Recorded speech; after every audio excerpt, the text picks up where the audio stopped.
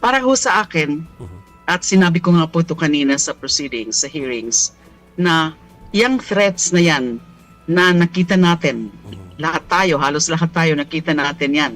Kasi nga, ayan, may video mismo sa bibig ng VP Sara na ganon, meron siyang ganyang threat, a plot to assassinate the President, the First Lady, and the former Speaker. At sinabi ng NBI na authenticate nila yung video na yan.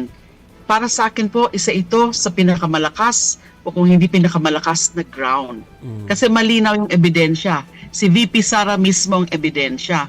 Nagpapakita niyan kung yung, at saka sinabi ko rin, pinapakita rin niya ng tunay na karakter ni VP Sara na meron talaga siyang propensity for violence, for intimidation. Yung mga ganyan na sinabi ko pa nga ay mukhang nasa pamilya nila yan. Meron na ho tayong mga nakita rin ng mga video ng mga kapatid niya na nagpapakita ng ganon, na meron talaga silang history of violence. Nasa pamilya po nila yan. At ibig sabihin, merong question sa kanyang tamang pag-iisip. Meron ho ba siyang tamang pag-iisip? Meron ho ba siyang psychological and mental fitness to continue to or to remain in office, the second highest position of the land? Nakita natin yung ganyan. Normal ho ba yan? Ang pagkakaalam ko, wala ho sa buong mundo na ganyan. The second highest official of the land openly, publicly threatening the highest official of the land. Lalo nang siyang makikinabang kung may mangyari nga sa Pangulo. So hindi po normal na behavior yan. Hindi po normal na senaryo yan. Kaya po malakas na malakas po ito. That is betrayal of public trust. That is high crime. Hindi po yan normal na behavior. Yeah.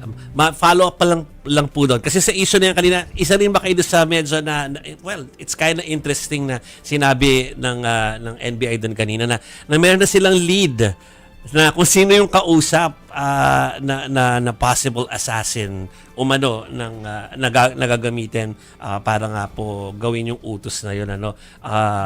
Hindi ko alam kung nasabi pa yung ibang mga parte, pero isa ba kayo sa mga nagulat na nako gano'n napalakalayo yung ginagawang investigasyon?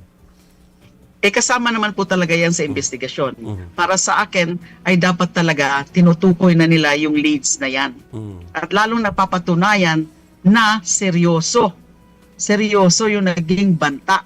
Kasi kung meron na silang leads doon sa assassin na supposedly kinontrata ni VP Sara, na papatay nga po doon sa 3 kapag may mangyari sa kanya, ay ibig sabihin seryoso yung threat. Hindi ito haka-haka, hindi talaga siya joke.